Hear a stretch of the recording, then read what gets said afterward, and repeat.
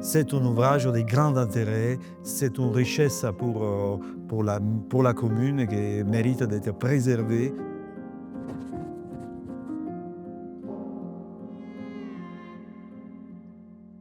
Cette opération concerne la restauration, en effet, de cet ouvrage de l'église Saint-Christophe à Ménard-la-Barrotière.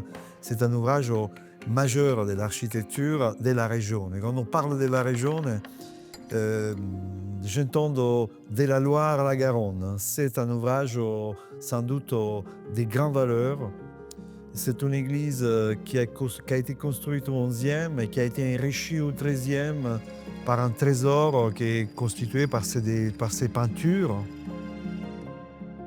Tout l'enjeu du chantier, c'était évidemment la conservation des peintures pendant le chantier, puisqu'on avait quand même des restaurations assez lourdes en maçonnerie, en confortement, et on avait également tout le lot couverture.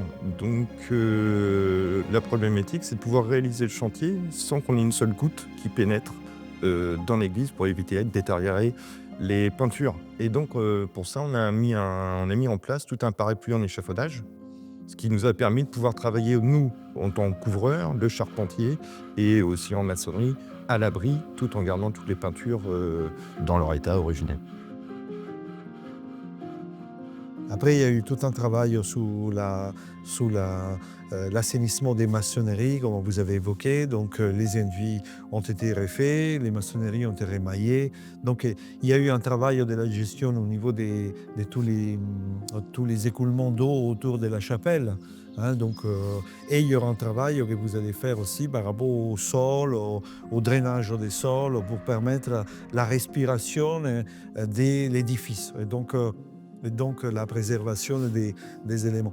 Et les moyens que vous avez mis, vous avez les mémoires des quantités, hein, des chafaudages, d'huile. En échafaudage, on a mis environ 30 tonnes de matériel entre l'intérieur et l'extérieur, sans compter le parapluie, puisque le parapluie, lui, est en aluminium.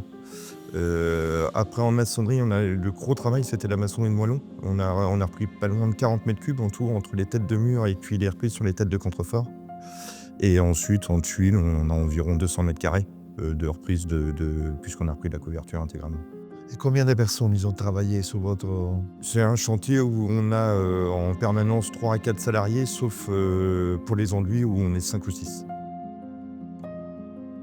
C'est un travail collectif qui est fait à la base par la mairie qui est maître d'ouvrage de cette opération, avec le suivi de l'État représenté par la DRAC, le ministère de la Culture, qui suit attentivement les travaux sur le monument.